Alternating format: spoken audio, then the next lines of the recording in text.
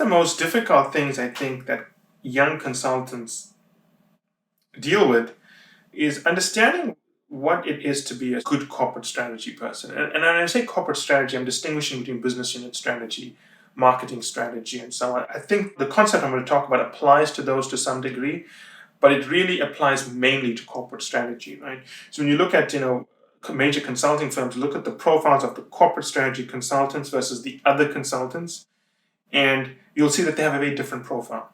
Now, the concept I want to talk about is being a conceptual thinker. If you want to be a corporate strategy doyen, or if you want to run a project like what I'm running now, you have to be a corporate strategy consultant.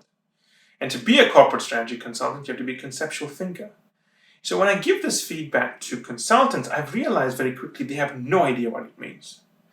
No idea what it means. And it's not their fault. I think that we just maybe haven't been as good at explaining it. So I want to explain what a conceptual thinker is here. And to understand this, we are going to go to Iron Man, right? Not because he was a conceptual thinker. He could have been. I don't know, right? But I want to talk to you about some of the scenes in Iron Man to get you to understand what a conceptual thinker means. Now, if you've never watched the Iron Man movies, I would encourage you to watch it. Not the last one. That was a terrible movie. But at least the first two movies were good, right? Skip the last movie. Watch the first two movies. And the first two movies, and the third one, if you want to subject yourself to torture. But if you look at those movies, there's these scenes where he's working in his underground laboratory / garage / lab. And he has this kind of a computer that projects data in 3 dimensions and light around him. And rather than typing on a keyboard, he uses his hands to pull apart data, right? You see him doing that all the time. So everything's been projected into this 3D hologram, and he's using his hands to move things apart and so on. And a lot of times you'll see him doing this. You'll see him looking at the problem, identifying the biggest issue and pulling it out of the 3D hologram, and playing with it, turning it around, pulling it apart, and so on. Now, as surprising as this may sound, that is probably the best way to explain conceptual thinking. And let me make the connection for you. A conceptual thinker is someone, when we enter a company like a pharmaceutical company, or an energy company, a drug company, a phone company, a textile company, irrespective of the company we are working at, we can go in, identify the issue that's the problem, pull it out of the company, and analyze it. Now, what does it mean to say we pull it out of the company and analyze it? Let me give you an example of this. Someone who is not a conceptual thinker, who cannot pull the issue out of the company and analyze it, they can only analyze the issue if they've spent 5 or few years in an industry, and because they've spent time in that industry, they know all of the issues in that industry, and they can only analyze that issue using anecdotes, examples, metaphors from that industry. If you ask them to analyze the same issue in another industry, they would fail to do it. That's the best example of someone who's not a conceptual thinker. They're unable to extract the concept from the industry, cut away all the connections to that industry, and just examine the economics of that concept. Someone who is a conceptual thinker, if I put them into let's look at an industry I've never worked in. I've never worked in the cosmetic sector. I don't think I've ever worked in the cosmetic sector. So if you put me into the cosmetic sector, I'm not going to come back and say, oh, I don't understand anything about the cosmetic sector. I don't know what the drivers and issues are. No, I'm a strategist, right? I will go in, look at the problem, identify the concept, that's the issue, pull it out, and understand the economics. What drives value in this concept? How does this concept work?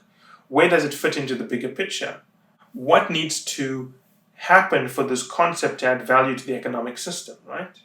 I can do that.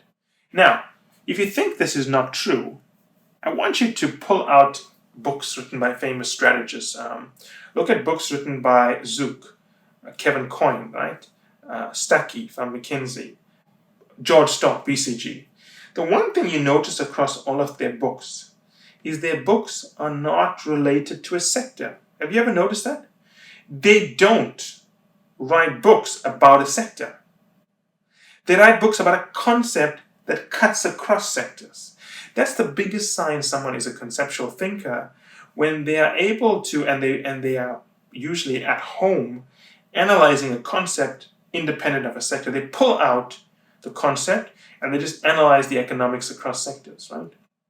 So to recap, when you are working at a consulting firm, or if you want to be a conceptual thinker in corporate, you need to have the ability to pull out the issue. Find the issue, pull it out, and examine the issue independent of the deep background knowledge you developed in that sector.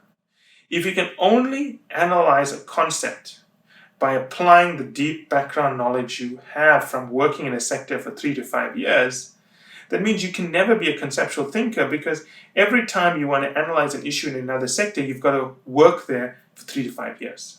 And obviously that's not sustainable. As a corporate strategy consultant, you cannot do that.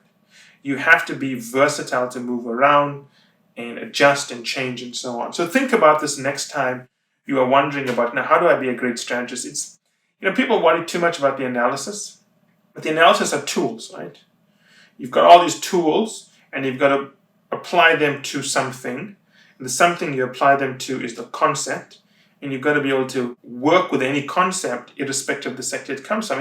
You can use another analogy of being someone who just loves engines. He loves engines. It doesn't matter whether it's an engine in a lawnmower, in a motorboat, in a Formula One sports car, in a super touring car, in a run-of-the-mill average suburban Mercedes-Benz. Although I'm sure Mercedes-Benz wouldn't like their cars being called run-of-the-mill suburban average, but you get my point, right?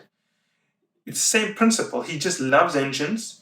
It doesn't matter what engine you give him, he will focus on the engine and he will fix the engine. The context is important, but he can work without the context.